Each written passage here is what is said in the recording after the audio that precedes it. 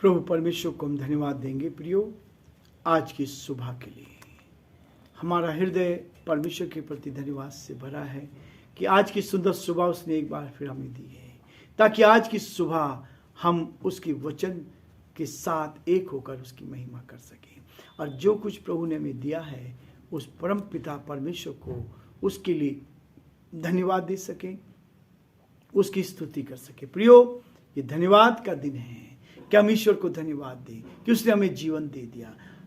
बहुत सारे लोग इस संसार को छोड़कर चले गए, जिन्होंने पश्चाताप किया था वो स्वर्ग के लिए, और जिन्होंने पश्चाताप नहीं किया वो नरक के लिए इस संसार को छोड़कर चले गए।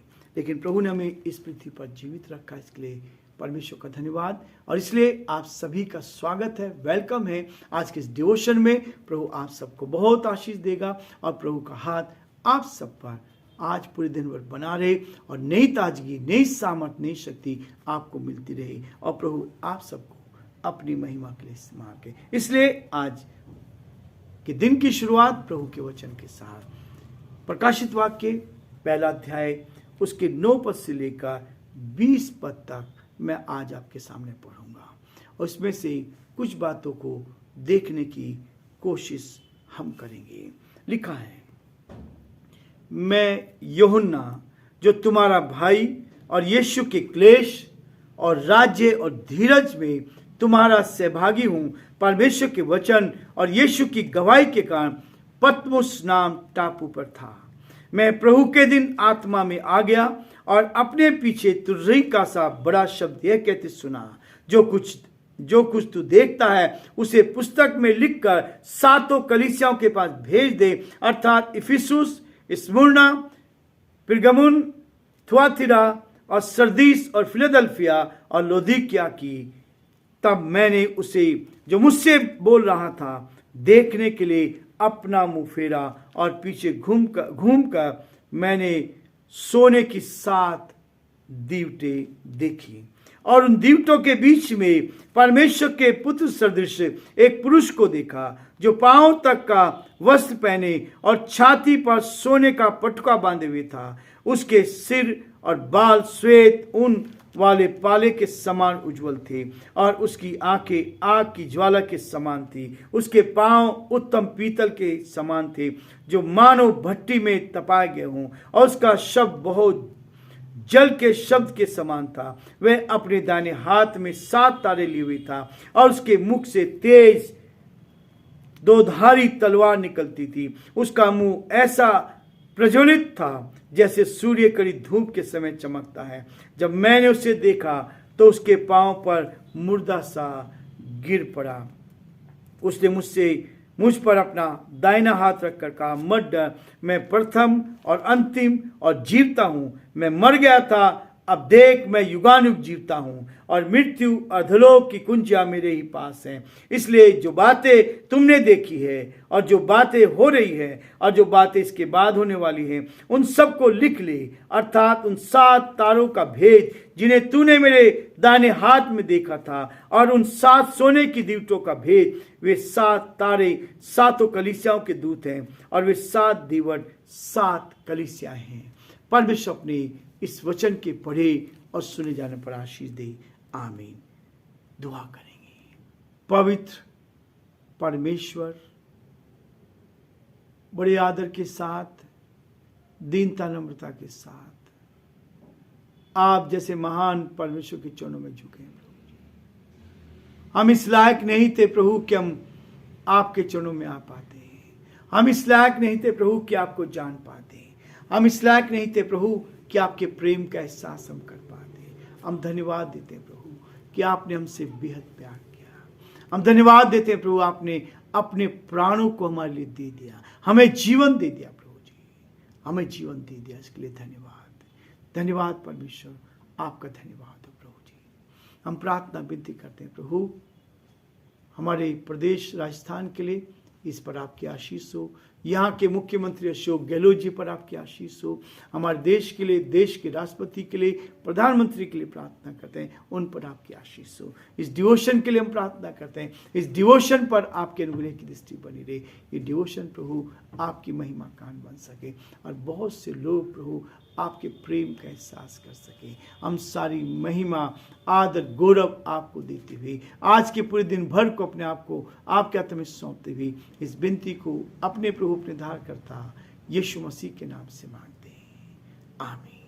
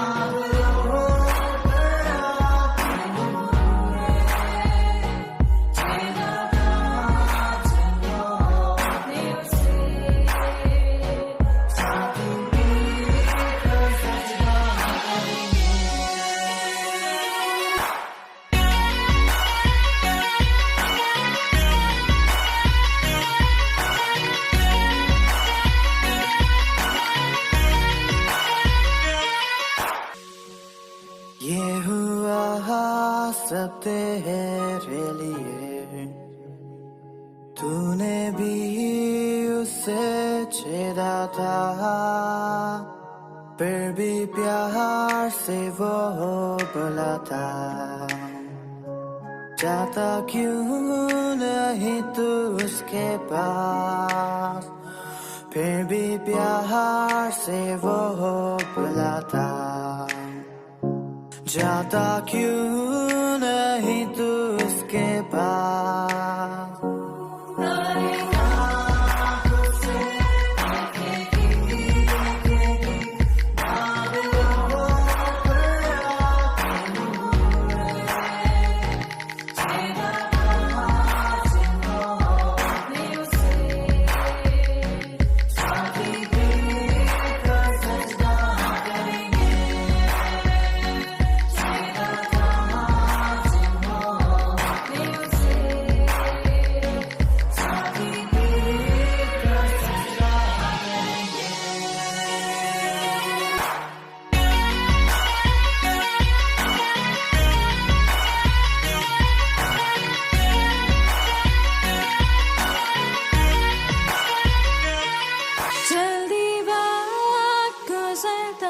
जाता है, रात अंधेरी आती है, तौबा कर दरवाजा होगा बंद, कुछ ना होगा वे पछताने से,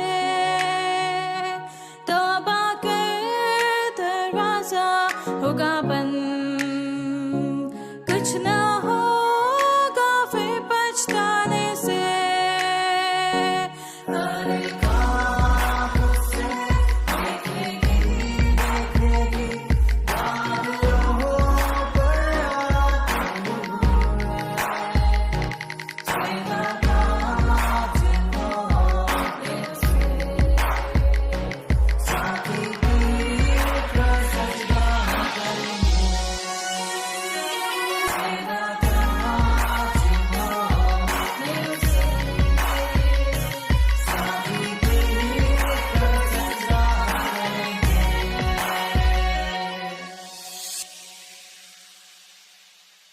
प्रियो 9 पद में कहता है, मैं यूहन्ना जो तुम्हारा भाई और यीशु मसीह के क्लेश और राज्य और धीरज से में तुम्हारा सहभागी हूँ। परमेश्वर के वचन और यीशु की गवाही के कारण पतमुस नाम टापू पर था। वचन स्पष्ट कह रहा है, मैं यूहन्ना, इससे पहले कि प्रभु यूहन्ना को कुछ दिखाए, इससे पहले कि परमेश्वर यूहन्ना को बताए, इससे पहले कि यूहन्ना उस सारे दर्शन को देखे, उस भविष्य की सारी बातों को देखे, वो इस बात को कहता है यूहन्ना उसे लिख ले। परमेश्वर कहता है कि जो कुछ तू देखेगा उसको तुझे लिखना है, उसको लिख ले। अब लोग कहेंगे उस समय क्या साधन थे? लिखा गया, लिखा गया। यूहन्ना को यह आदेश दिया गया है, उसे लिख। प्रभु ने यूहन्ना को अपना अद्भुत दर्शन देना जरूरी समझा। उसने इस दर्शन को देने के लिए, इस बात के लिए कहा, और इसकी भविष्यवाणी उसने जब वो जीवित था, इस पृथ्वी पर था, जब शरीर में था, तब उसने कहा था। चेलों ने पूछा, प्रभु इसका क्या होगा? तब प्रभु ने कहा था, यदि मैं चाहूं कि जब तक ये स्वर्गीय राज्य को देख ना ले, तब तक ये मृत्यु का स्वाद ना चखेगा। आज यूहन्ना पतमुस नाम टापू पर है, वहां उसको सजा दी गई थी और वो उस सजा को वहां भुगत रहा था, लेकिन भविष्यवाणी थी, इसलिए लोग, उस समय के सम्राट, उस समय के हाकिम उसको मृत्यु दंड नहीं दे पाए, केवल काले पानी की सजा देकर पतमुस नाम टापू पर दे दिया। वो कहता है, मैं यूहन्ना जो तुम्हारा भाई हूं। किसका भाई? सारी कलीसियाओं को, 7 कलीसियाओं को, उस समय की जो कलीसिया थी, उस समय के जो विश्वासी थे, उनको उस आत्मा में होकर प्रभु ने कहा लिख ले और उनको भेज दे। मैं तुम्हारा भाई और यीशु मसीह के क्लेश और राज्य और धीरज में तुम्हारा सहभागी हूं। मैं हर कदम पर तुम्हारे साथ हूं। उस दर्शन को सिखा गया। प्रभु के स्वर्गारोहण से अब तक 50 से 60 वर्ष बीत चुके थे। यूहन्ना इस समय अपने बुढ़ापे में लगभग 90 साल से ऊपर था। 90 साल के 50 से 60 साल बीत चुके थे प्रभु यीशु मसीह के स्वर्गारोहण के बाद। जब यीशु मसीह को उस देह में जो कब्र में रखी गई थी, वहां से उसको आत्मा में उठाया गया और वो अपने चेलों के साथ आत्मा में उठाया गया। आत्मा में उठाया गया। आत्मा दिखती नहीं है प्रियो। चेलों को दिखाई दी, चेलों के साथ रहा, 40 दिन तक उनको दिखाई देता रहा। स्वर्गारोहण से 50 से 60 वर्ष के बाद बीत चुके थे। उसके बाद जब यूहन्ना को यह दर्शन दिया जा रहा है, इस दर्शन को यूहन्ना को दिया जा रहा है, इस दर्शन को ले रहा है, और बीच बहुत कुछ हुआ। इन सारे 50 से 60 वर्षों के बीच में बहुत कुछ हुआ। कलीसिया पे सताव हुआ, लोगों को मार डाला गया, लोगों को क्या किया, अलग अलग स्थानों पर कत्ल कर दिया गया। ये स्थिति थी।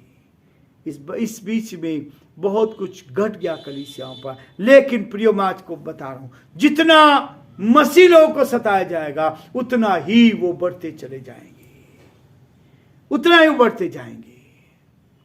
जवाहरलाल नेहरू जी ने ही कहा था कि इनको मत छेड़ो, इनको मत छेड़ो। जितना इनको छेड़ेंगे उतना ये बढ़ते जाएंगे। जो सच्चाई के साथ खेलते हैं, सच्चाई हमेशा बढ़ती है।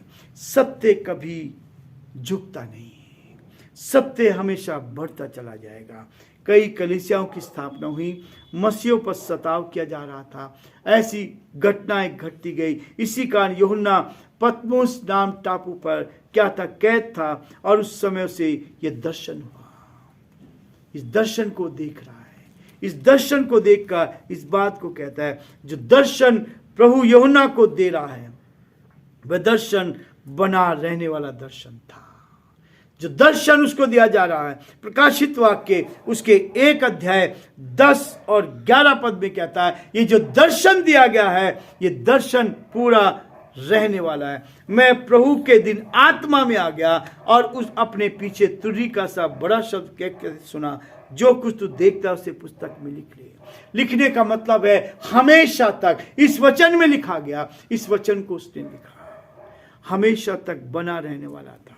और इस बात को स्पष्ट करता है पद 12 में। आगे यूहन्ना ने आवाज सुनी, एक आवाज को सुनाई दी, और ये आवाज थी, जब यूहन्ना ने आवाज को सुना तो वह देखने के लिए मुड़ा कि कौन है, उससे क्या बातें कर रहा है, कौन बातें कर रहा है? जहां वो एकांत में था, जहां चारों तरफ केवल पानी पानी था, कोई नहीं था, केवल परमेश्वर के साथ संगति, और जो आत्मा में भर गया।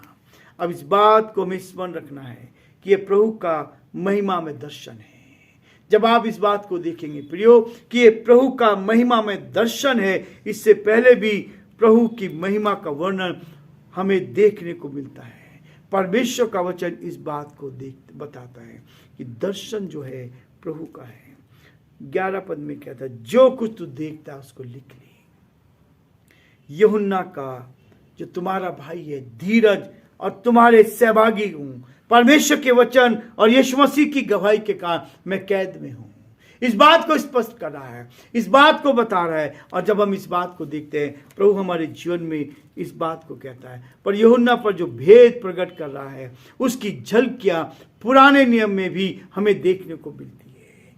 प्रभु ने जो पुराना नियम लिखवाया था, उसमें भी इस दर्शन की बात लिख रही है। लेकिन इस समय हम उस बात को देखेंगे, भेद की बात परमेश्वर प्रकट करता है, उस बात को प्रकट कर रहा है। यूहन्ना प्रभु के इस महिमा में दर्शन के साथ सोने के दीपदानों को देखता है।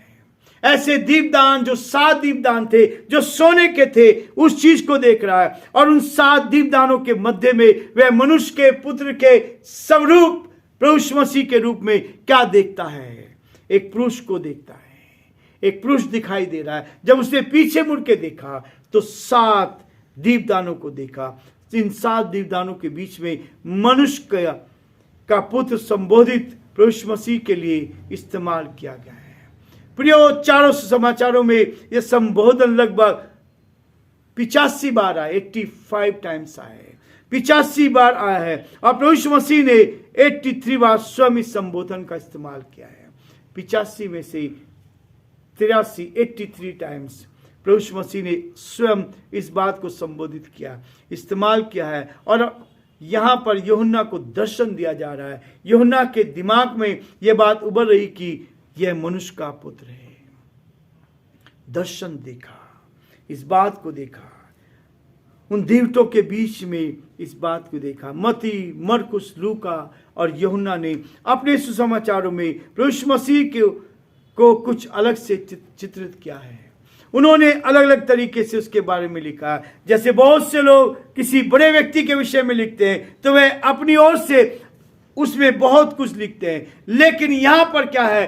परमेश्वर की आत्मा जो बता रही है, उस आत्मा में होकर वो यीशु मसीह के बारे में लिख रहे हैं। और प्रियो, अलग अलग समय में इन चेलों ने इस वचन को लिखा है, लेकिन ये आत्मा से भरा हुआ है। जब आप इसको देखेंगे, उनकी भाषा भी इतनी उच्च नहीं थी। वो तो गरीब थे और ज्यादा पढ़े लिखे नहीं थे। जो कुछ उन्होंने देखा, अनुभव किया, वही लिखा। फिर भी हम उसकी ओर आकर्षित, दुनिया के लोग उस ओर आकर्षित हो रहे हैं। प्रियो, प्रभु कहता है, बड़े बड़े लोगों ने इसके विषय में गवाही दी है।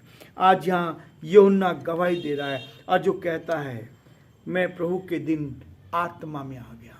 जब आत्मा से भर जाते हैं, परमेश्वर दर्शन देना शुरू कर देता है। जब आत्मा से आप भर जाएंगे, आपको दर्शन दिखाई देगा। आज भी दर्शन दिखाई देगा। आज भी प्रभु आपके साथ उस दर्शन में बातचीत करेगा। आज भी प्रभु आपको भविष्य की बातों को बताएगा। जो लोग प्रभु के साथ चलते हैं, उनको दर्शन की बातें, कल क्या होने वाला है, इस बात को स्पष्ट करता है। प्रियो, आज हम ही रुकेंगे ताकि प्रभु इसके द्वारा हमें आशीष दे। यदि आप दर्शन देखना चाहते हैं तो आत्मा से भर जाइए, आत्मा से भर जाइए। जब आत्मा से भर जाएंगे, परमेश्वर आपको दर्शन दिखाता, भविष्य की बातें आपके सामने प्रकट करेगा। आप भविष्य की बातों को लोग को बताएंगे। परमेश्वर आप सबको बहुत आशीष दे और प्रभु का हाथ आप सब पर बना रहे। आमीन।